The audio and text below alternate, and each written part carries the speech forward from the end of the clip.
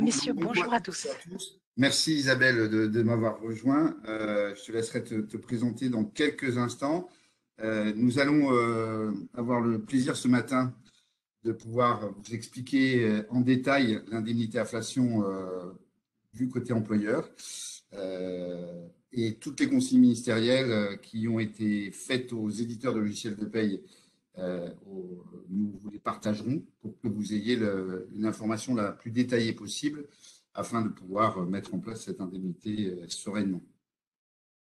Donc, je suis accompagné ce matin par Isabelle. Isabelle, je te laisse te présenter avant de continuer.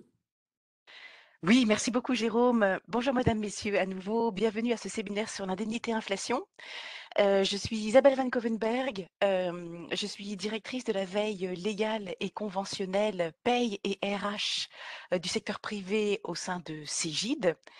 J'ai donc le plaisir de suivre et d'analyser l'actualité de la paye et des RH tout au long de l'année.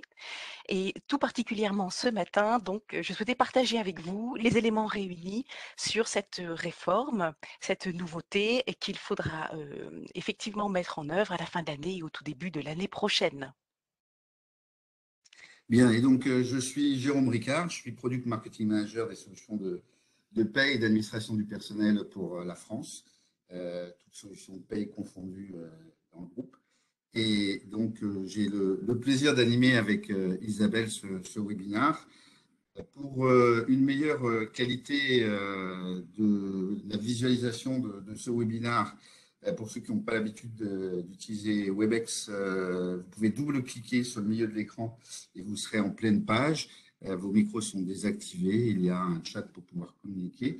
Le webinaire sera enregistré.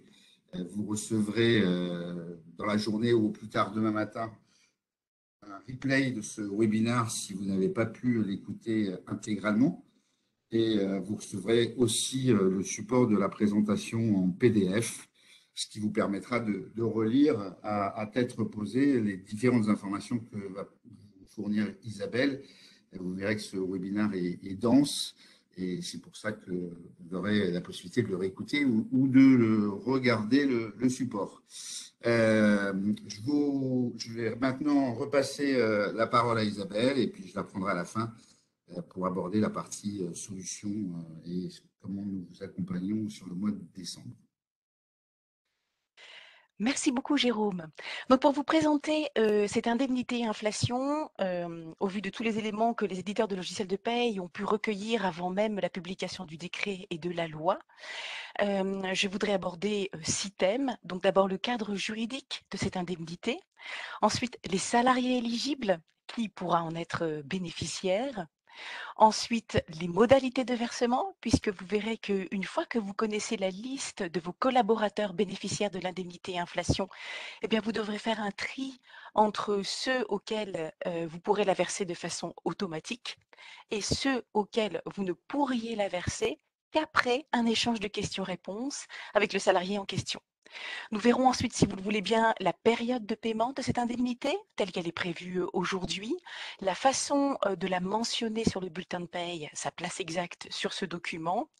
Enfin, la façon dont l'employeur va se faire rembourser par l'État de toutes les indemnités qu'il aura versées donc, à ses salariés.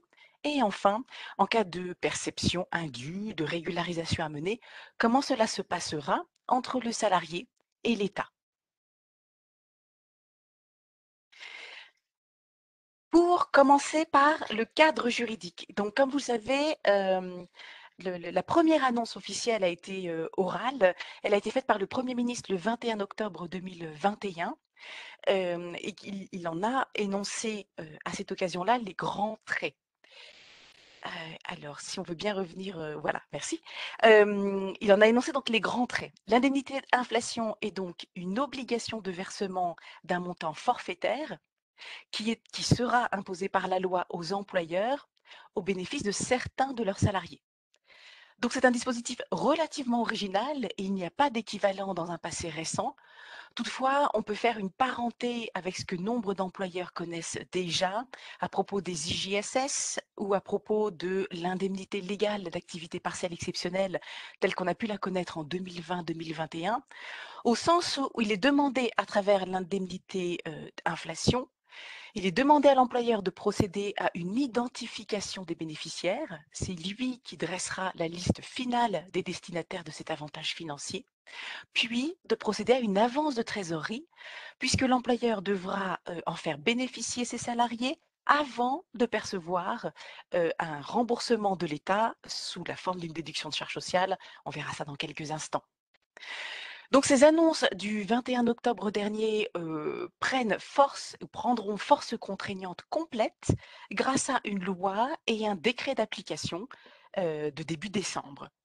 Donc de véritables textes juridiques seront la base légale de cette obligation pour l'employeur. Donc je le disais à l'instant, la mise en œuvre sera relativement courte en termes de texte, puisque sont prévus à l'heure actuelle une loi et un seul décret.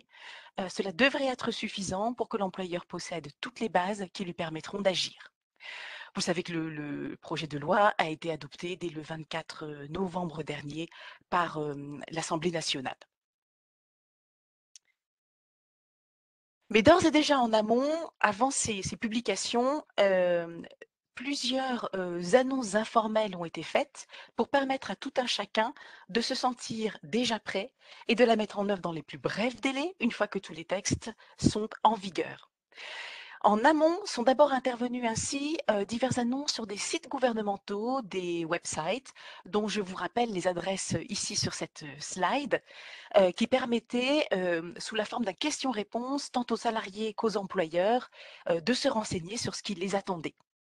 De la même façon, et là bien plus spécifiquement pour les employeurs, le JPMDS a publié d'ores et déjà une fiche résumant les consignes déclaratives sur la gestion en DSN de cette future indemnité inflation. Mais en amont également, les éditeurs de logiciels de paye, dont en tout premier lieu, plus en avance encore sur les autres, Cégide, ont reçu des consignes ministérielles. Donc il s'agissait d'instructions informelles, confidentielles, données par le ministère de la Santé, le ministère de la Relance de l'économie et des finances, le ministère de l'Action et des comptes publics, pour permettre aux entreprises informatiques que nous sommes, d'ores et déjà de rédiger les spécifications et de préparer la procédure exacte d'utilisation des logiciels pour le versement le plus facile possible et le plus serein possible par les clients, donc les entreprises ou les experts comptables et leurs propres clients, de cette indemnité inflation. Donc, ceci nous m'amène à vous présenter plusieurs précisions. Donc, ce sont ces instructions ministérielles qui sont décrites ci-après. Bien évidemment qu'il faudra les comparer minutieusement au contenu des lois et des décrets pour savoir si les textes finaux ont été rigoureusement fidèles à la volonté de ces trois ministères. Lorsque je vous dirai à plusieurs reprises ci-après que l'indemnité inflation ne sera pas versée, il faudra bien comprendre que ce non-versement ne concerne que l'employeur. Ça n'empêchera absolument pas le salarié de percevoir éventuellement l'indemnité inflation d'un tiers, c'est-à-dire d'un organisme de protection sociale ou d'une administration. La description que je vais vous livrer donc dans quelques instants ne concerne exclusivement et de façon restrictive que le rôle des employeurs. Voilà pour ces précisions et donc je voudrais maintenant entrer dans le vif du sujet. Quelles ont été ces instructions distribuées aux éditeurs de logiciels pour se préparer? Et commençons par la liste des salariés éligibles à un versement par l'employeur. Donc critère numéro 1, pour être bénéficiaire de l'indemnité inflation de la part de mon employeur, eh bien, je dois avoir été en lien contractuel avec lui en octobre 2021. Donc ce premier critère ne se vérifie que sur un seul mois de l'année 2021, exclusivement, c'est le mois d'octobre. Donc il faut être, quand je parlais de lien contractuel, cela signifie qu'il faut être soit en contrat de travail avec l'employeur, soit être lié à lui par un mandat social, c'est-à-dire être dirigeant de l'entreprise. Ce salarié ou dirigeant doit remplir donc les conditions suivantes. Il est titulaire soit d'un contrat, soit d'un mandat rémunéré au sein de l'entreprise. Ce critère de rémunération est très important pour le mandat social. Il est tout à fait indifférent en ce qui concerne le contrat de travail. Ça doit couvrir ce contrat ou ce mandat tout ou partie du mois d'octobre 2021, mais quelques minutes de mandat, quelques heures de contrat de travail suffisent. Il n'y a pas de quantité minimale. Et peu importe que les contrats de travail en question soient suspendus, qu'il y ait absence ou congé. Une seule exception, une seule journée de congé parental à temps complet, et non pas de congé parental à temps partiel, mais de congé parental à temps complet, privera le salarié du versement de l'indemnité inflation de la part de son employeur. Donc, tous les contrats de travail sont admis, sauf ceux qui sont suspendus par au moins une journée de congé parental à temps complet sur le mois d'octobre 2021. Toujours dans les conditions à remplir, il faut être âgé de 16 ans minimum. Pour dire la même chose autrement, il faut avoir fêté son 16e anniversaire au plus tard le 31 octobre 2021. Et enfin, il faut être résident fiscal sur le territoire français, à Saint-Martin, à Mayotte, à Saint-Pierre-et-Miquelon, à Saint-Barthélemy, pendant au moins une journée en octobre 2021. Donc, il faut être redevable du prélèvement à la source. Je le disais à l'instant et je vous le confirme, tous les contrats de travail et tous les mandats sociaux remplissant les conditions que je viens de vous citer sont admis. Donc l'employeur sera tenu de verser l'indemnité inflation aussi bien aux salariés de droit privé, dont en particulier les alternants, comme les contrats de professionnalisation, les apprentis, qu'aux mandataires sociaux rémunérés, qu'aux titulaires de contrats d'engagement dans les entreprises d'aide par le travail, qu'aux travailleurs intérimaires. Alors attention, là c'est l'entreprise d'intérim qui doit la verser, ce n'est pas l'entreprise utilisatrice, etc., etc. Seules quelques exclusions sont à noter. L'indemnité inflation ne doit pas être versée aux entreprises qui accueillent des fonctionnaires au titre de leurs activités accessoires exercées pour le compte du personne publique, dont la contrepartie financière est exonérée de cotisations sociales. Donc vous voyez, la liste des exclusions est vraiment extrêmement courte. Donc, suite de ce critère, de ces critères, ces titulaires de contrats de travail ou de mandats sociaux doivent avoir perçu moins de 26 000 euros bruts. Alors, sur quelle période? Cette fois-ci, on s'étend sur les 10 premiers mois de l'année 2021, janvier à octobre 2021. Il faut prendre une photo, simple photo de cette rémunération brute. J'en dis maintenant quelques mots. Il s'agit de l'assiette des cotisations sociales. Sont donc exclues les indemnités d'activité partielle, sauf celles, bien sûr, qui sont soumises à charge sociale, celles qui sont supérieures à 3,15 SMIC. Il faut exclure les primes exceptionnelles de pouvoir d'achat et plus généralement tous les éléments que vous avez pu retracer en paye, mais qui sont exonérés de cotisations sociales. Il ne s'agit que de la rémunération versée par l'employeur lui-même. Donc, les indemnités de congés payés, lorsqu'elles sont versées par une caisse de congés payés extérieure à l'entreprise, n'entrent pas en ligne de compte. Attention, quand je vous parlais du brut, il y a toutefois une exception. En cas d'application d'une déduction forfaitaire spécifique de cotisation, vous savez, celles qui sont réservées à certaines professions, il faut se référer à la rémunération brute avant application de cette DFS. Il s'agit toujours de la rémunération due au titre des 10 premiers mois de 2021, peu important la date de paiement de ces salaires, donc peu importe que l'entreprise pratique ou non la paye décalée. Il s'agit toujours de la rémunération brute réelle, prise telle quelle, c'est la raison pour laquelle je vous parlais de photo tout à l'heure, sans aucune correction. Peu importe qu'elle soit due à un salarié à temps partiel, peu importe qu'elle ait été exceptionnellement élevée pendant cette période ou qu'elle ait été exceptionnellement faible pendant cette période par rapport au mois précédent ou par rapport au mois suivant, cette période de 10 mois. Peu importe, vous prenez la photo telle quelle et vous mesurez si ou non elle est bien inférieure à 26 000 euros bruts. Et peu importe aussi qu'elle ait été versée en contrepartie d'un travail mesuré en heures ou en jours, quand on parle de forfait jour, ou d'un travail rémunéré à la tâche. On peut songer par exemple au pigiste. L'appréciation de ce salaire brut cumulé doit être faite au plus tard le mois de versement à partir de tous les éléments que vous connaissez comme ayant été versés au titre des 10 premiers mois de l'année.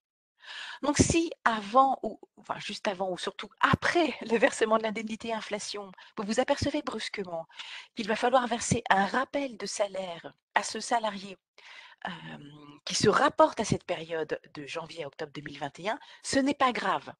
Vous êtes de bonne foi en ayant mesuré ces 26 000 euros bruts uniquement à partir de ce que vous connaissiez jusqu'à la date de versement de l'indemnité inflation. Ce plafond est donc de 26 000 euros bruts. Il n'y a qu'une seule exception de correction du montant de ce plafond, c'est si le salarié n'a pas été de façon continue en contrat de travail ou si ce dirigeant n'a pas été de façon continue en mandat social avec votre entreprise. Dans le cas où seule une partie de ces 10 mois a lié le salarié et l'employeur, autrement dit, lorsqu'il y a eu un contrat qui ne couvrait qu'une partie de la période ou plusieurs contrats qui n'ont couvert qu'une partie de la période et qui peut-être, qui plus est, ont été séparés par des périodes d'interruption, il faut alors prorater ce plafond de 26 000 euros brut. La formule de calcul est la suivante. Il faut cumuler le nombre de jours calendaires couverts par chacun de ces contrats et mandats entre le 1er janvier et le 31 octobre de l'année 2021, donc cumuler le nombre de jours calendaires total et le diviser par les 304 jours calendaires que couvre la période totale de ces 10 mois. Le résultat de cette formule de calcul ne peut jamais être inférieur à 2 600 euros. Donc, quoi qu'il arrive, la rémunération sera comparée à un plafond d'un minimum de 2 600 euros pour savoir si le salarié ou le mandataire social est éligible à l'indemnité inflation. L'entreprise ne tient compte que de ses propres contrats de travail ou mandats sociaux et non ceux conclus avec d'éventuels autres employeurs ou entreprises. Un contrat de travail intermittent compte comme un contrat à part entière. Peu importe que, pendant les 10 premiers mois de l'année, ce contrat de travail intermittent ait correspondu à une, plusieurs ou aucune de périodes de travail en réel. De même, les absences ou congés du salarié quel qu'il soit sont indifférents. Un contrat suspendu compte comme un contrat à part entière, de même pour un contrat de travail n'ayant donné lieu à aucune rémunération pendant ces 10 premiers mois de l'année. Dans tous les cas que je viens de vous citer, vous gardez cette référence de 26 000 euros bruts, vous n'avez pas besoin de la prorater. Lorsque tous ces critères sont réunis, la situation devient très simple. Si le salarié est donc éligible à l'indemnité inflation, il percevra 100 euros. S'il n'est pas éligible, c'est donc 0 euros. Donc la situation est parfaitement binaire. Chacun de vos salariés, au final, ou mandataire social, percevra 100 ou 0 euros. Il n'y a aucun cas de prorata du montant de l'indemnité inflation. Après avoir donc sélectionné les salariés éligibles, il faut maintenant connaître le mode de paiement de cette indemnité inflation. Ce que je veux dire par là, c'est que vous aurez à distinguer entre les cas de versement automatique et les cas de versement de l'indemnité inflation qui doivent être impérativement précédés d'un questionnaire de votre part auprès de la personne éligible. J'en donne maintenant quelques détails. Le cas général est le cas du versement automatique. L'employeur verse l'indemnité au salarié sans le questionner au préalable dans les cas suivants. C'est lorsque le salarié est titulaire pendant au moins une date en octobre 2021, soit d'un CDI, soit d'un contrat à durée déterminée d'une durée totale au moins égale à un mois, soit lorsqu'il est titulaire de plusieurs CDD, d'une durée cumulée sur le mois d'octobre, inférieure à un mois, mais représentant au minimum 20 heures d'activité. Précision, pour les salariés en forfait jour, ces 20 heures d'activité doivent correspondre, enfin sont converties en une notion de 3 jours d'activité minimum. Donc lorsque vous avez CDI, CDD de plus d'un mois, ou alors des CDD de moins d'un mois, mais pour lequel le salarié est rémunéré ou il est inscrit dans son contrat, que ces contrats prévoyaient donc un minimum de 20 heures d'activité ou pour les forfaits jours, un minimum de 3 jours d'activité. En octobre, le versement est automatique. Vous l'avez observé, je viens d'y faire allusion. C'est un critère qui se vérifie sur un seul mois de l'année, c'est le mois d'octobre 2021. Donc, vous verserez l'indemnité inflation au salarié sans vous poser davantage de questions, sauf si le salarié vous a écrit de lui-même qu'il ne faut pas que vous lui versiez l'indemnité inflation parce que lui, le salarié, sait bien qu'il va pouvoir en bénéficier de la part d'un tiers. Or, chaque salarié, chaque mandataire social ne peut percevoir de plusieurs entreprises ou d'une seule entreprise qu'une seule indemnité inflation au final. Donc, lorsqu'il y a plusieurs employeurs ou plusieurs entreprises qui potentiellement sont susceptibles de la verser, le salarié devra choisir et prévenir l'employeur qui seul devra la verser. Donc, c'est ce que je vais vous détailler maintenant. Une intervention spontanée est attendue des salariés destinataires d'un potentiel double ou triple versement de l'indemnité inflation parce qu'ils ont cumulé plusieurs employeurs ou plusieurs entreprises en octobre 2021.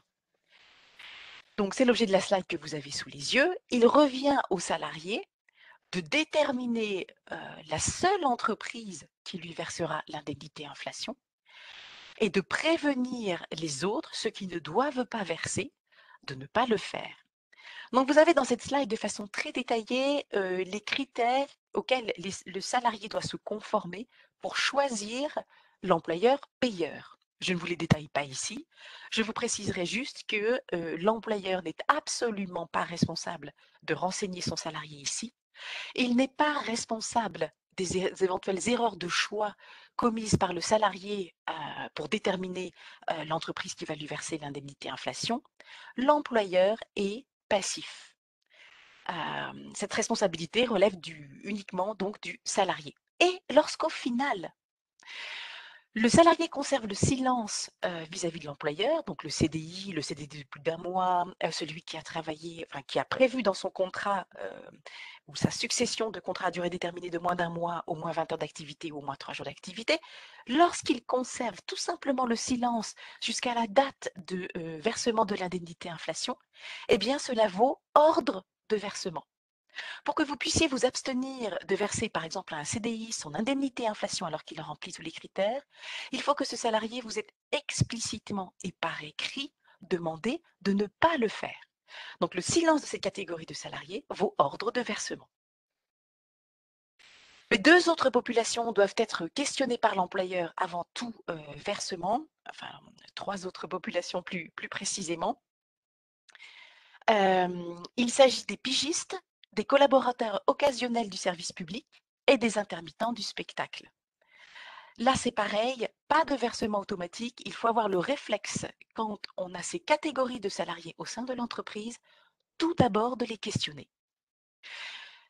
Quelle forme doit prendre ce questionnaire? Eh bien, il n'y a pas de formalisme prédéfini. Il est simplement demandé à l'employeur de conserver toujours les preuves écrites de son questionnement, donc il faut procéder par écrit. Il doit inviter dans ce questionnaire les salariés à se référer aux sites gouvernementaux pour se renseigner et prendre toutes les informations nécessaires pour préparer sa réponse. Et enfin, l'employeur doit fixer lui-même, à sa propre convenance, la date limite de réponse.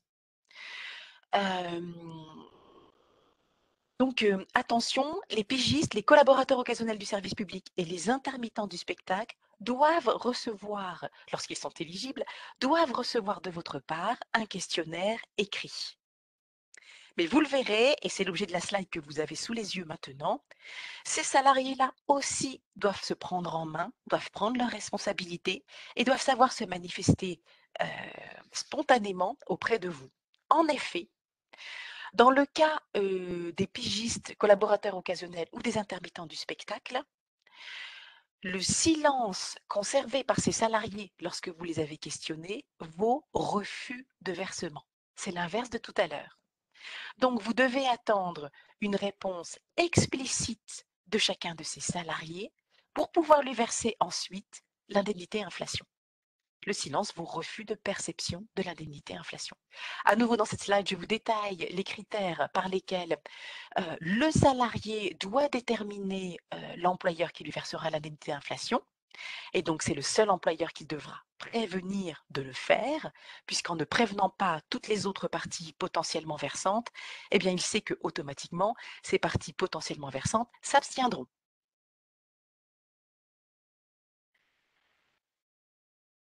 Autre série de salariés, autre type de population qu'il faut interroger avant tout versement, c'est ce qu'on appelle les CDD très courts en octobre 2021. C'est l'occasion pour moi de vous confirmer au passage que la qualité de pigiste, collaborateur occasionnel ou d'intermittent du spectacle doit être vérifiée sur un seul mois de l'année, le mois d'octobre 2021. Et donc c'est la même chose pour les CDD très courts. Qu'est-ce qu'on appelle un CDD très court? C'est le CDD, on l'a dit tout à l'heure, qui comporte une clause dans la rédaction du contrat incluant moins de 20 heures ou moins de 3 jours d'activité en octobre 2021. Pour interroger ces CDD très courts, c'est exactement la même chose que ce que je vous ai dit tout à l'heure. Il n'y a pas de formalisme prédéfini. Il faut toujours simplement conserver les traces écrites de ce questionnaire.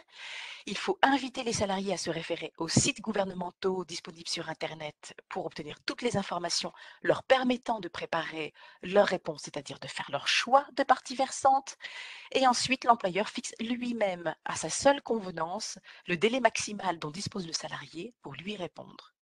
Mais attention ici, le silence du salarié ou de l'ancien salarié d'octobre 2021 en CDD très court vaut ordre de versement. Donc, lorsque le CDD très court ne répond pas à votre questionnaire, il faut engager une sorte de versement automatique. Voilà, donc on en est au stade où l'on connaît la liste des salariés éligibles, on connaît la liste de ceux qu'il faut interroger ou pas, et on connaît les conséquences, soit de leur silence, soit de leur réponse explicite. Nous en avons maintenant terminé avec ces préparatifs et je vous propose de passer aux opérations de paiement elles-mêmes. Et pour cela, nous allons savoir quelle est la période de paiement attendue par le législateur et quelles sont les mentions attendues sur le bulletin de paye. Alors, cette indemnité inflation, elle est à payer à partir de décembre 2021 et il sera possible de la verser jusqu'en février, les payes de février 2022, 3 mois pour le faire. Néanmoins, le mois de décembre est considéré par le gouvernement comme un mois prioritaire. Et pour cela, il a prévu que l'employeur qui n'est pas en mesure de verser les indemnités inflation, tout ou partie, certaines d'entre elles ou la totalité, en décembre, doit pouvoir justifier par écrit de son impossibilité pratique.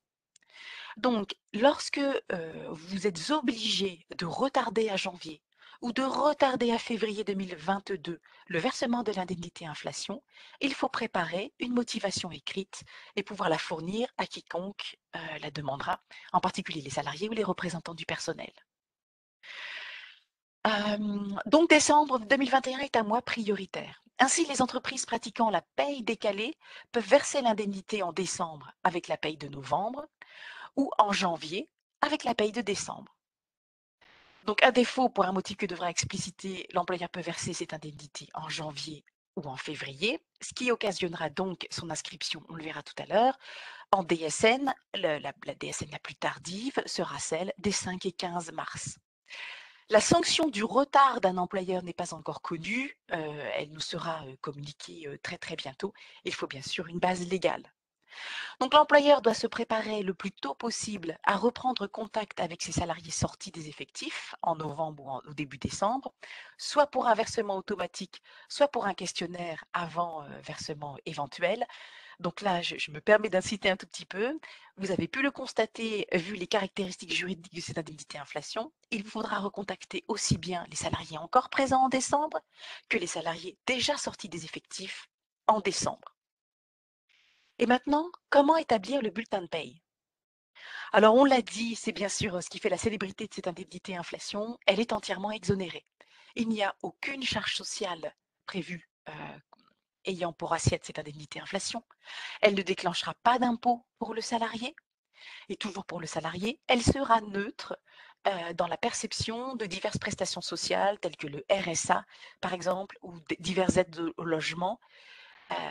Cette indemnité ne remettra pas en cause et n'obligera pas à un recalcul des ressources du salarié avant le bénéfice de ces prestations sociales. Ceci, toutefois, uniquement dans la limite de 100 euros.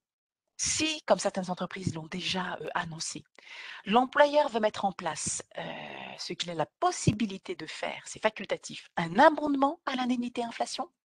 Le surplus sera en revanche soumis à charges sociales, soumis à impôt et ne sera pas neutralisé vis-à-vis de la perception par le salarié de prestations sociales soumises à conditions de ressources. Alors, un dernier tout petit mot avant de passer au chapitre suivant. Cette indemnité inflation sur le bulletin de paye pourra être dénommée indemnité inflation en libellé raccourci, bien que son nom légal officiel soit indemnité inflation de l'État. Comme c'est entièrement exonéré, la mention sur le bulletin de paye n'est pas totalement exigible, c'est-à-dire que l'employeur pour qui cette solution présenterait un avantage notoire pourrait se contenter, en accompagnement de son versement, d'un simple courrier. Mais il faut toujours un document écrit précisant bien la nature du versement de 100 euros et qui devra comporter donc explicitement en raccourci indemnité inflation ou en libellé allongé indemnité inflation de l'État. Voilà, dès que l'employeur a payé donc cette indemnité, en tout ou partie à l'ensemble des bénéficiaires, soit en priorité en décembre, soit en janvier, soit en février, il pourra ensuite se faire rembourser. Donc nous pouvons maintenant étudier les modalités de remboursement de l'État à l'employeur. Eh bien, l'employeur s'auto-rembourse sur les charges sociales du mois de versement de l'indemnité. L'indemnité inflation doit être déclarée via un CTP dédié, le CTP 390. Donc, c'est un CTP à la maille agrégée au sein de la DSN mensuelle afférente au mois de versement. Donc, s'il y a plusieurs vagues de versement pour plusieurs mois de versement, eh bien, plusieurs DSN porteront le CTP 390. Les employeurs déduiront les sommes versées des cotisations dues soit aux URSSAF, soit MSA, excusez-moi, Mutualité sociale agricole, soit enfin en Outre-mer au CGSS. Donc plus précisément, l'indemnité inflation est déclarée dans la DSN uniquement au bloc 81 pour les valeurs individuelles et au bloc 23 avec un CTP 390 pour la valeur agrégée. Les versements sont rattachés par défaut au mois principal déclaré. Donc, je rappelle ce que j'ai dit en tout début de séance. Il y a une fiche consigne qui détaille toute cette procédure sur le site du JPMDS, donc sur Net Entreprise. Le montant du paiement des charges sociales de chaque mois de versement est ainsi diminué directement du montant total des indemnités versées le même mois. Les employeurs déduisent le total des sommes versées des cotisations au titre de la même paye de manière similaire à la déduction que vous avez déjà pu faire si vous étiez bénéficiaire en 2020 et 2021 de l'aide au paiement Covid-19, ce crédit de cotisation de 20 puis de 15% si vous vous en souvenez. Ainsi, comme l'indique la fiche consigne DSN, le montant du télépaiement prélèvement CEPA ou du virement devra être diminué du montant de l'indemnité alimenté dans le CTP 390, y compris si l'employeur n'est pas à jour du paiement de ses cotisations. Si le montant des indemnités inflation versées dépasse le montant des charges sociales dues aux URSSAF, au MSA ou au CGSS pour le même mois, alors l'employeur devra contacter son organisme de recouvrement pour se faire rembourser le différentiel.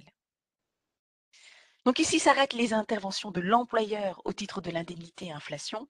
Nous allons voir en effet qu'ensuite, la relation directe existera au sujet de cette indemnité inflation exclusivement entre le salarié et l'État. C'est le moment d'aborder cette étape de régularisation des indemnités inflation versées à tort, donc perçues à tort par le salarié. Eh bien, c'est très facile à résumer. L'employeur ne sera impliqué en aucune manière ni dans les contrôles du nombre d'indemnités inflation perçus par un salarié, ni dans le contrôle de l'éligibilité de l'inflation, ni dans les opérations de remboursement par le salarié des indemnités inflation qui n'étaient pas dues. Tout se passera directement entre l'État et le salarié.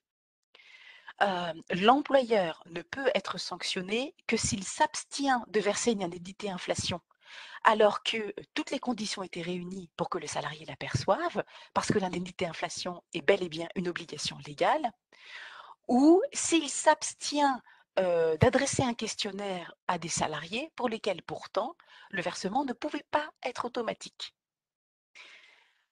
Donc, concernant toutes les erreurs qui auraient pu être commises et surtout les perceptions indues par les salariés de bonne ou de mauvaise foi, il faut vraiment garder une grande sérénité. Seule la responsabilité du salarié est engagée à partir du moment où l'employeur a pu questionner tous les salariés légalement définis et a pu procéder à tous les versements auxquels il s'estimait tenu par simple application des règles que lui-même connaissait.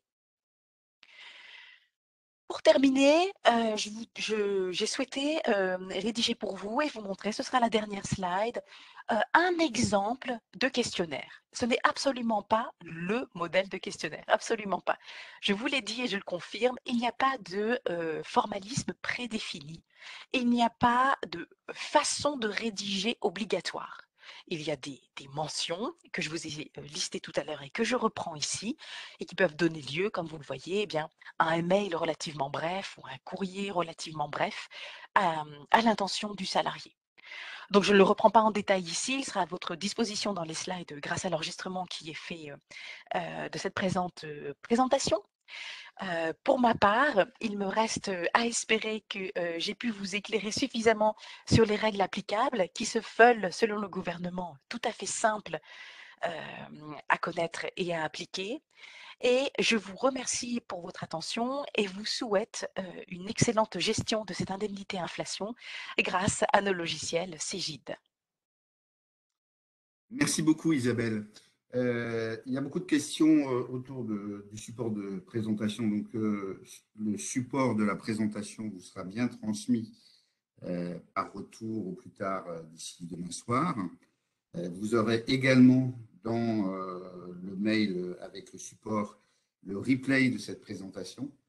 Il y a beaucoup de questions qui ont été posées sur des réponses qui ont été abordées pendant la présentation. Donc, je vous propose de la réécouter. En particulier, il y a beaucoup de questions sur à quelle date le salarié doit être présent. Est-ce qu'un salarié qui est parti en novembre ou en décembre doit avoir l'indemnité? Tout ça, ça a été dit au début de la présentation. Donc, je vous propose de le réécouter ou de le relire. Pour ma part, je vais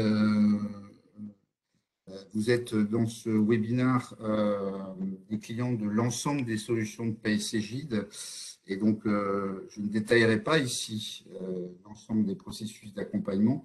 Mais donc, nos équipes du Customer Care, nos équipes du CSA, de la TMA pour les clients qui ont ces contrats, ont défini des plans d'accompagnement et de communication sur chacune de vos solutions de paie.